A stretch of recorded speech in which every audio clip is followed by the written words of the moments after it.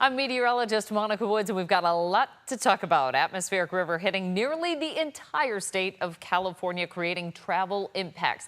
We've got our weather impact alert in place for our Thursday. The impacts being rain, wind, snow, even possible thunderstorms.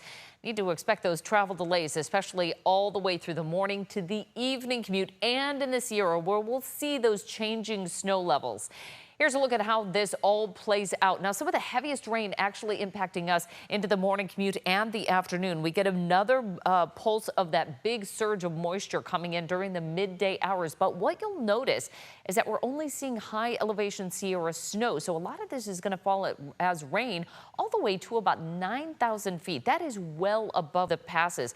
And that's going to mean a lot of runoff coming into the lower elevations, kind of adding to the rainfall and the accumulated precipitation impacts that we'll be seeing.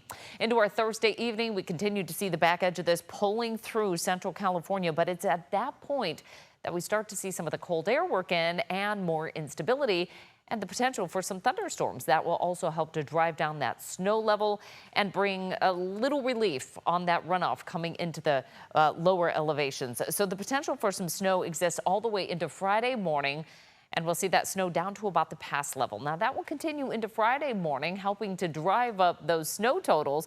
And then we get another weather system that's still brewing in the southern part of the state that has a chance of bringing us actually some weekend showers as well. The first weather system that rolls through will give us anywhere from about an inch to almost 2 inches of rain from the coast through the Central Valley, 2+ inches of rain for the foothills, and it will be a mix of rain and snow for the Sierra. But snow isn't going to be as much of an impact until we get later into Thursday evening through Friday morning. So that's our weather impact alert for our Thursday. The valley, longer commutes, windy conditions. We could be seeing wind gusts up to about 50 miles per hour. For the Sierra, those wind gusts over 60 miles per hour. And in the Sierra, the biggest impact there, shifting snow levels. So be prepared for those changes. Now, into the weekend, we're going to be tracking this next weather impact. That'll be the second up on the list. Not necessarily an alert, but cooler with showers, Sierra, snow, and more travel delays. I'll look at our Thursday temperatures, and this really is a key indicator of why we're seeing those high snow levels. We'll be near 50. For the higher elevations, 50s and 60s down the hill. For the central Sierra, our highs are in the 50s. Valley locations will be in the 60s to right around 70. As we move towards the central coast, we're in the 60s with near 70-degree temperatures for inland areas, even low 80s as we head towards the central San Joaquin Valley.